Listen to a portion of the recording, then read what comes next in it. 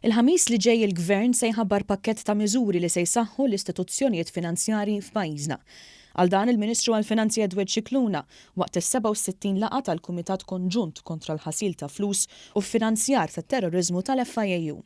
Huwa saħaq li b'dan il-pakkett ta' miżuri il-Gvern se jħares lejn istituzzjonijiet bħall-MFSA, l-FIAU, l-Asset Recovery Bureau, il-Pulizija u istituzzjonijiet oħra biex dawn jissaħħu fil-ġlieda kontra il-ħasil tal-flus u l-iffinanzjar tat-terroriżmu.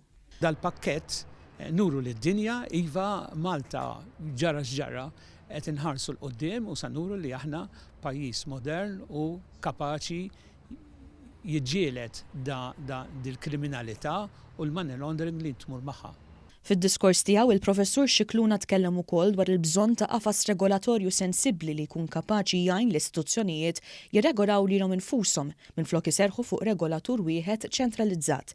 Tkellem ukoll dwar diversi rapporti dwar is-sistemi ta' analiżi dwar il-ħasil tal-flus, fosthom tal-Manival u oħrajn.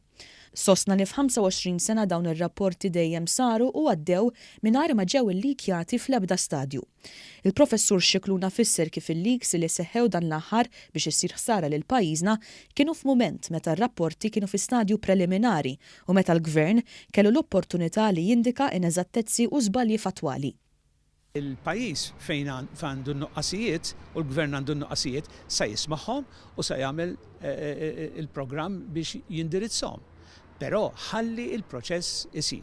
Dal-proċess kellu jispiċċa f'Lulju, imma permezz ta' leaks u dokumenti qed jippruvaw jippreġudikaw u jagħmlu ħsara lill-pajjiż. Dwar il-passi li saru biex ikun miġġieled il-ħasil tal-flus, il-Professur Scicluna spjega li pajjiżna jinsab fil-proċess li jpoġġi fil-liġijiet Maltin ir-raba' u l-ħames direttivi tal-Kummissjoni Ewropea dwar il-ħasil tal-flus. Nitkellmu dwar reġistri fejn ħadd ma jipprova jistaħba taħt trust jew oħra minant l-awtoritajiet. Ġifieri dawn mixin u sa nuru lid-dinja illi iva aħna wettqu u mhux kif ippruvaw ipinġina ħadd ieħor.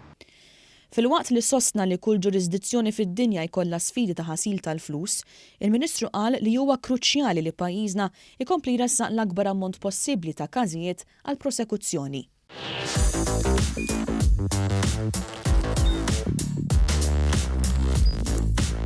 Idħol fuq one.com.mt u hemmhekk tista' tara l-programmi kollha li jxandru fuq One permezz ta' One Play.